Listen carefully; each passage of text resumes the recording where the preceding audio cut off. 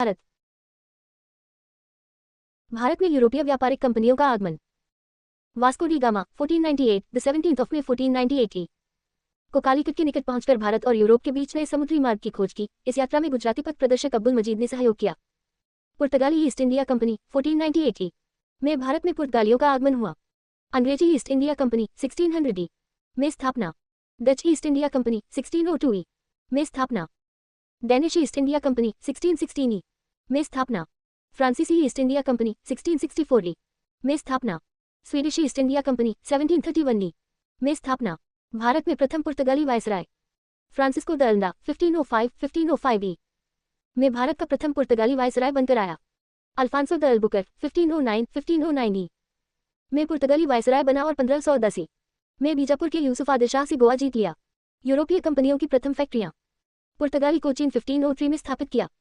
Dutch Masulipatnam 1605 में स्थापित किया। अंग्रेज मसूलीपट्टनम 1611 में स्थापित किया। डेनिश ट्रांक्वेबार तमिलनाडु 1620 में स्थापित किया। फ्रांसीसी सूरत 1668 में स्थापित किया। पुर्तगाली पर आधारित। पुर्तगाली भारत में अपनी पहली व्यापारिक कोठी 1503 में कोचीन में स्थापित की। सैन थोमे दक्षिण पूर्वी तट पर पुर्तगालियों की एकमात्र प्रमुख बस्ती थी। डच पर आधारित। कार्नेलिस डी हाउटमैन 1596 में सुमात्रा पहुंचा और भारत क्षेत्र में डच आगमन का मार्ग प्रशस्त किया। डचों की पहली फैक्ट्री 1605 में मसूलीपट्टनम में स्थापित हुई। पुलिकट डचों की दूसरी प्रमुख व्यापारिक कोठी थी और इसे उनका मुख्य व्यापारिक केंद्र बनाया गया। यही पेगोडा नामक स्वर्ण सिक्के ढाले गए। Patna Dutch east India company ने 1632 में कारखाना स्थापित किया। कोलाचिर का युद्ध 1741 मार्टन वर्मा के नेतृत्व में त्रावणकोर की सेना ने यूस्टाचियस डी लेनोए के नेतृत्व वाली डच सेना को पराजित किया। वेदरा का युद्ध 1759 अंग्रेजों ने डचों को पराजित किया, जिससे भारत में डच शक्ति का पतन हुआ। अंग्रेज पर आधारित। East India company 1600 the 31st of December 1600 को महारानी एलिजाबेथ प्रथम ने कंपनी को अधिकार पत्र प्रदान किया। ईस्ट इंडिया कंपनी प्रारंभ में इसके 217 साझेदार थे और प्रथम गवर्नर टॉमस स्मिथ था। कैप्टन हॉकिंस 1609 में जहांगीर के दरबार में जेम्स प्रथम के राजदूत के रूप में पहुंचा। वह मुगल दरबार में जाने वाला प्रथम अंग्रेज था।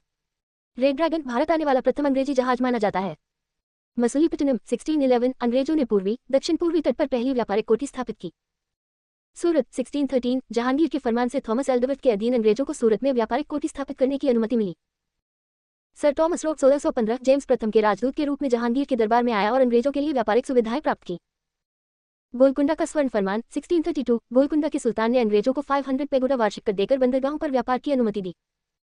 मद्रास 1639 फ्रांसिस डे ने चंद्रगिरी के राजा से मद्रास पट्टे पर लेकर फोर्ट सेंट जॉर्ज की स्थापना की, जो आगे चलकर कोरोमंडल तट पर अंग्रेजों का मुख्यालय बना। बंबई 1661 पुर्तगाली राजकुमारी कैथरीन ऑफ ब्रेगेंजा और चार्ल्स द्वितीय के विवाह में बंबई दहेज में अंग्रेजों को मिली। बंबई 1668 चार्ल्स द्वितीय ने बंबई को ईस्ट इंडिया कंपनी को वार्षिक 10 पाउंड किराए पर दे दिया। अंग्रेजी मुख्यालय 1687 अंग्रेजों ने पश्चिमी तट का मुख्यालय सूरत से बंबई स्थानांतरित किया। गेराल्ड रॉन्डियत 1669-1677 सूरत के प्रेसिडेंट और बंबई के गवर्नर के रूप में बंबई के विकास में महत्वपूर्ण भूमिका निभाई। बंगाल में अंग्रेजों को व्यापारिक छूट 1651 बंगाल के शासक शाह शुजा ने 1651 में अंग्रेजों को व्यापारिक छूट दी, जिसे निशान कहा जाता था। कलकत्ता की स्थापना 1698 अंग्रेजों ने सुल्तानुती कालीकट और गोविंदपुर की जमींदारी 1200 रुपये में प्राप्त की और यहाँ फोर्ट विलियम का निर्माण किया। फोर्ट विलियम के प्रथम प्रेसिडेंट चार्ल्स आए थे।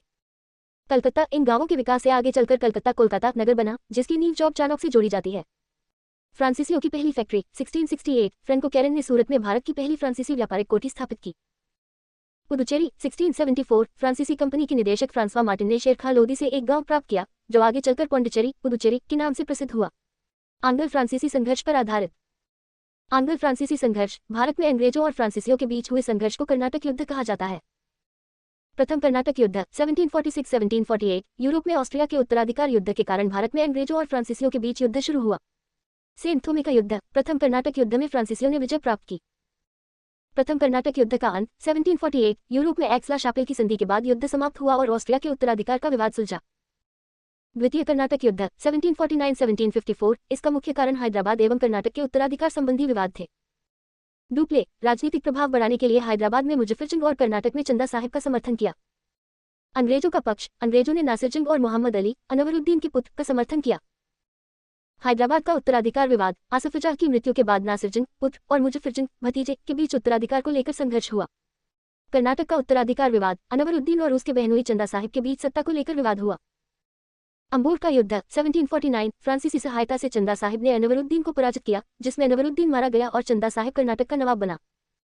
नासिरजंग की मृत्यु 1750 फ्रांसीसियों से संघर्ष के दौरान नासिरजंग मारा गया और मुजफ्फरजंग हैदराबाद का निजाम बना। मोहम्मद अली अनवरुद्दीन का पुत्र त्रिचनापल्ली में शरण लेकर फ्रांसीसी समर्थित चंदा साहिब के विरुद्ध डटा रहा। क्लाइव और अरकाट मोहम्मद अली पर दबाव कम करने के लिए रॉबर्ट क्लाइव ने 1751 में अरकाट पर अधिकार कर लिया। प्रथम कर्नाटक युद्ध 1746-1748 यह ऑस्ट्रिया के उत्तराधिकार युद्ध से प्रभावित था और एक्सला शापिल की संधि 1748 के बाद समाप्त हुआ। द्वितीय कर्नाटक युद्ध 1749-1754 इसमें डुप्ले की पराजय हुई, उसे वापस बुला लिया गया और गोडेहू को फ्रांसीसी गवर्नर बनाया गया। पौंडीचेरी की संधि 1755 द्वितीय कर्नाटक युद्ध के बाद जनवरी 1755 में पौंडीचेरी की संधि से युद्ध विराम हुआ।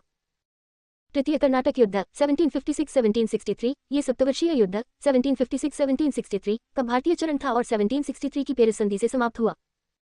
त्रिचनापल्ली की घेराबंदी 1752 स्ट्रिंगर लॉरेंस के नेतृत्व में अंग्रेजी सेना ने त्रिचनापल्ली को बचा लिया और फ्रांसीसी सेना ने आत्मसमर्पण किया।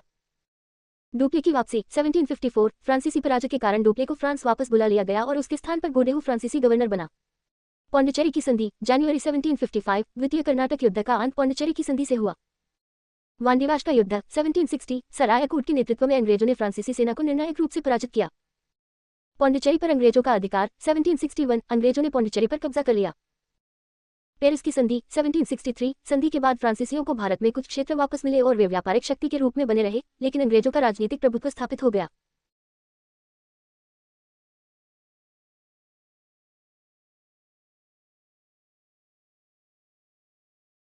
आधुनिक भारत भारत में यूरोपीय व्यापारिक कंपनियों का आगमन। Vasco D gamma 1498 the 17th of May 1498 को कालीकट के निकट पहुंचकर भारत और यूरोप के बीच नए समुद्री मार्ग की खोज की। इस यात्रा में गुजराती पथ प्रदर्शक अब्दुल मजीद ने सहयोग किया। पुर्तगाली ईस्ट इंडिया कंपनी 1498 में भारत में पुर्तगालियों का आगमन हुआ। अंग्रेजी ईस्ट इंडिया कंपनी 1600 में स्थापना। डच ईस्ट इंडिया कंपनी 1602 में स्थापना। डेनिश ईस्ट इंडिया कंपनी 1616 में स्थापना। फ्रांसीसी ईस्ट इंडिया कंपनी 1664 में स्थापना। स्वीडिश ईस्ट इंडिया कंपनी 1731 में स्थापना। भारत में प्रथम पुर्तगाली वायसराय फ्रांसिस्को द अल्दा 1505 में भारत का प्रथम पुर्तगाली वायसराय बनकर आया। अल्फांसो द अल्बुकर 1509 में पुर्तगाली वायसराय बना और 1510 में बीजापुर के यूसुफ आदिल शाह से गोवा जीत लिया। यूरोपीय कंपनियों की प्रथम फैक्ट्रियां। पुर्तगाली कोचीन 1503 में स्थापित किया। डच मसूलीपट्टनम 1605 में स्थापित किया। अंग्रेज मसूलीपट्टनम 1611 में स्थापित किया। डेनिश ट्रांक्वेबार तमिलनाडु 1620 में स्थापित किया। फ्रांसीसी सूरत 1668 में स्थापित किया। पुर्तगाली पर आधारित। पुर्तगाली भारत में अपनी पहली व्यापारिक कोठी 1503 में कोचीन में स्थापित की। सैंथो में दक्षिण पूर्वी तट पर पुर्तगालियों की एकमात्र प्रमुख बस्ती थी। डच पर आधारित। कार्नेलिस डी हाउटमैन 1596 में सुमात्रा पहुंचा और भारत क्षेत्र में डच आगमन का मार्ग प्रशस्त किया। डचों की पहली फैक्ट्री 1605 में मसूलीपट्टनम में स्थापित हुई। पुलिकट डचों की दूसरी प्रमुख व्यापारिक कोठी थी और इसे उनका मुख्य व्यापारिक केंद्र बनाया गया। यही पेगोडा नामक स्वर्ण सिक्के ढाले गए। Patna Dutch east India company ने 1632 में कारखाना स्थापित किया। कोलाचिर का युद्ध 1741 मार्टन वर्मा के नेतृत्व में त्रावणकोर की सेना ने यूस्टाचियस डी लेनोए के नेतृत्व वाली डच सेना को पराजित किया। वेदरा का युद्ध 1759 अंग्रेजों ने डचों को पराजित किया, जिससे भारत में डच शक्ति का पतन हुआ। अंग्रेज पर आधारित। East India company 1600 the 31st of December 1600 को महारानी एलिजाबेथ प्रथम ने कंपनी को अधिकार पत्र प्रदान किया। ईस्ट इंडिया कंपनी प्रारंभ में इसके 217 साझेदार थे और प्रथम गवर्नर टॉमस स्मिथ था। कैप्टन हॉकिंस 1609 में जहांगीर के दरबार में जेम्स प्रथम के राजदूत के रूप में पहुंचा। वह मुगल दरबार में जाने वाला प्रथम अंग्रेज था। रेड ड्रैगन भारत आने वाला प्रथम अंग्रेजी जहाज माना जाता है। मसूलीपट्टनम 1611 अंग्रेजों ने पूर्वी दक्षिण पूर्वी तट पर पहली व्यापारिक कोठी स्थापित की। सूरत 1613 जहांगीर के फरमान से थॉमस एल्डवर्थ के अधीन अंग्रेजों को सूरत में व्यापारिक कोठी स्थापित करने की अनुमति मिली। सर टॉमस रोड 1615 जेम्स प्रथम के राजदूत के रूप में जहांगीर के दरबार में आया और अंग्रेजों के लिए व्यापारिक सुविधाएं प्राप्त की। गोलकुंडा का स्वर्ण फरमान 1632 गोलकुंडा के सुल्तान ने अंग्रेजों को 500 पेगोडा वार्षिक कर देकर बंदरगाहों पर व्यापार की अनुमति दी। मद्रास 1639 फ्रांसिस डे ने चंद्रगिरी के राजा से मद्रास पट्टे पर लेकर फोर्ट सेंट जॉर्ज की स्थापना की, जो आगे चलकर कोरोमंडल तट पर अंग्रेजों का मुख्यालय बना। बम्बई 1661 पुर्तगाली राजकुमारी कैथरीन ऑफ ब्रेगेंजा और चार्ल्स द्वितीय के विवाह में बम्बई दहेज में अंग्रेजों को मिली। बम्बई 1668 चार्ल्स द्वितीय ने बम्बई को ईस्ट इंडिया कंपनी को वार्षिक 10 पाउंड किराए पर दे दिया। अंग्रेजी मुख्यालय 1687 अंग्रेजों ने पश्चिमी तट का मुख्यालय सूरत से बम्बई स्थानांतरित किया। गेराल्ड या 1669-1677 सूरत के प्रेसिडेंट और बंबई के गवर्नर के रूप में बंबई के विकास में महत्वपूर्ण भूमिका निभाई। बंगाल में अंग्रेजों को व्यापारिक छूट 1651। बंगाल के शासक शाह शुजा ने 1651 में अंग्रेजों को व्यापारिक छूट दी, जिसे निशान कहा जाता था। कलकत्ता की स्थापना 1698। अंग्रेजों ने सुल्तानुती, कालीकट और गोविंदपुर की जमींदारी 1200 रुपये में प्राप्त की और यहाँ फोर्ट विलियम का निर्माण किया। फोर्ट विलियम के प्रथम प्रेसिडेंट चार्ल्स आए थे। कलकत्ता इन गांवों के विकास से आगे चलकर कलकत्ता कोलकाता नगर बना, जिसकी नींव जॉब चाणक्य से जोड़ी जाती है। फ्रांसीसियों की पहली फैक्ट्री 1668। फ्रेंको कैरन ने सूरत में भारत की पहली फ्रांसीसी व्यापारिक कोठी स्थापित की। पुदुचेरी 1674। फ्रांसीसी कंपनी के निदेशक फ्रांसवा मार्टिन ने शेरखा लोदी से एक गांव प्राप्त किया, जो आगे चलकर पौंडीचेरी पुदुचेरी के नाम से प्रसिद्ध हुआ। आंग्ल फ्रांसीसी संघर्ष पर आधारित। आंग्ल फ्रांसीसी संघर्ष भारत में अंग्रेजों और फ्रांसीसियों के बीच हुए संघर्ष को कर्नाटक युद्ध कहा जाता है। प्रथम कर्नाटक युद्ध 1746-1748। यूरोप में ऑस्ट्रिया के उत्तराधिकार युद्ध के कारण भारत में अंग्रेजों और फ्रांसीसियों के बीच युद्ध शुरू हुआ। सेंट थोमे का युद्ध। प्रथम कर्नाटक युद्ध में फ्रांसीसियों ने विजय प्राप्त की। प्रथम कर्नाटक युद्ध का अंत 1748। यूरोप में एक्सला शापेल की संधि के बाद युद्ध समाप्त हुआ और ऑस्ट्रिया के उत्तराधिकार का विवाद सुलझा। द्वितीय कर्नाटक युद्ध 1749-1754। इसका मुख्य कारण हैदराबाद एवं कर्नाटक के उत्तराधिकार संबंधी विवाद थे। डुप्ले राजनीतिक प्रभाव बढ़ाने के लिए हैदराबाद में मुजफ्फर और कर्नाटक में चंदा साहिब का समर्थन किया। अंग्रेजों का पक्ष। अंग्रेजों ने नासिर जंग और मोहम्मद अली अनवरुद्दीन के पुत्र का समर्थन किया। हैदराबाद का उत्तराधिकार विवाद। आसिफ जाह की मृत्यु के बाद नासिर जंग पुत्र और मुजफ्फर जंग भतीजे के बीच उत्तराधिकार को लेकर संघर्ष हुआ। कर्नाटक का उत्तराधिकार विवाद। अनवरुद्दीन और उसके बहनोई चंदा साहिब के बीच सत्ता को लेकर विवाद हुआ। अंबोर का युद्ध 1749। फ्रांसीसी सहायता से चंदा साहिब ने अनवरुद्दीन को पराजित किया, जिसमें अनवरुद्दीन मारा गया और चंदा साहिब कर्नाटक का नवाब बना। नासिर जंग की मृत्यु 1750। फ्रांसीसियों से संघर्ष के दौरान नासिर जंग मारा गया और मुजफ्फर जंग हैदराबाद का निजाम बना। मोहम्मद अली अनवरुद्दीन का पुत्र त्रिचनापल्ली में शरण लेकर फ्रांसीसी समर्थित चंदा साहिब के विरुद्ध डटा रहा। क्लाइव और अरकाट। मोहम्मद अली पर दबाव कम करने के लिए रॉबर्ट क्लाइव ने 1751 में अरकाट पर अधिकार कर लिया।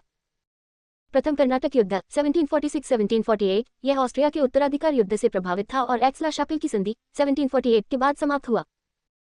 द्वितीय कर्नाटक युद्ध 1749-1754। इसमें डुप्ले की पराजय हुई, उसे वापस बुला लिया गया और गोडेहू को फ्रांसीसी गवर्नर बनाया गया। पौंडीचेरी की संधि 1755। द्वितीय कर्नाटक युद्ध के बाद जनवरी 1755 में पौंडीचेरी की संधि से युद्ध विराम हुआ। तृतीय कर्नाटक युद्ध 1756-1763। ये सप्तवर्षीय युद्ध 1756-1763 का भारतीय चरण था और 1763 की पेरिस संधि से समाप्त हुआ। त्रिचनापल्ली की घेराबंदी 1752। स्ट्रिंगर लॉरेंस के नेतृत्व में अंग्रेजी सेना ने त्रिचनापल्ली को बचा लिया और फ्रांसीसी सेना ने आत्मसमर्पण किया। डुप्ले की वापसी 1754। फ्रांसीसी पराजय के कारण डुप्ले को फ्रांस वापस बुला लिया गया और उसके स्थान पर गोडेहू फ्रांसीसी गवर्नर बना। पौंडीचेरी की संधि जनवरी 1755। द्वितीय कर्नाटक युद्ध का अंत पौंडीचेरी की संधि से हुआ। वांडीवाश का युद्ध 1760। सर आयाकूट के नेतृत्व में अंग्रेजों ने फ्रांसीसी सेना को निर्णायक रूप से पराजित किया। पौंडीचेरी पर अंग्रेजों का अधिकार 1761। अंग्रेजों ने पौंडीचेरी पर कब्जा कर लिया। पेरिस की संधि 1763। संधि के बाद फ्रांसीसियों को भारत में कुछ क्षेत्र वापस मिले और वे व्यापारिक शक्ति के रूप में बने रहे, लेकिन अंग्रेजों का राजनीतिक प्रभुत्व स्थापित हो गया।